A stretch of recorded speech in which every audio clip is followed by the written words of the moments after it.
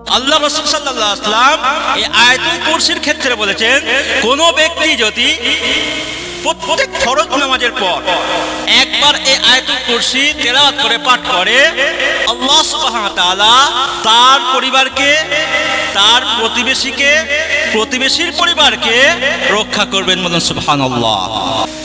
আয়াতুল কুরসি যদি আপনি পড়েন, আপনি যদি চিন্তাগ্রস্ত হয়ে থাকেন, টেনশনযুক্ত হয়ে থাকেন, আল্লাহ সুবহানাহু ওয়া তাআলা আপনার সাহায্য করবেন, হেল্প করবেন। আয়াতুল কুরসি একবার যদি স্বয়ংকালে পড়া হয়, আল্লাহ সুবহানাহু ওয়া তাআলা বলছেন আল্লাহ রাসূলের মাধ্যমে যে তার কাছে কোনো মানব, দানব, জিনদের শয়তান আসার সাহস পাবে না। আয়াতুল কুরসি যদি আপনি ফরজ নামাজের পর একবার পড়ি, আল্লাহ পাক রব্বুল আলামিন বলছেন তার এবং জান্নাতের মাঝে আর কোনো ব্যবধান থাকবে না মৃত্যু ব্যতীত। মৃত্যুবরণ করলো সরাসরি জান্নাত।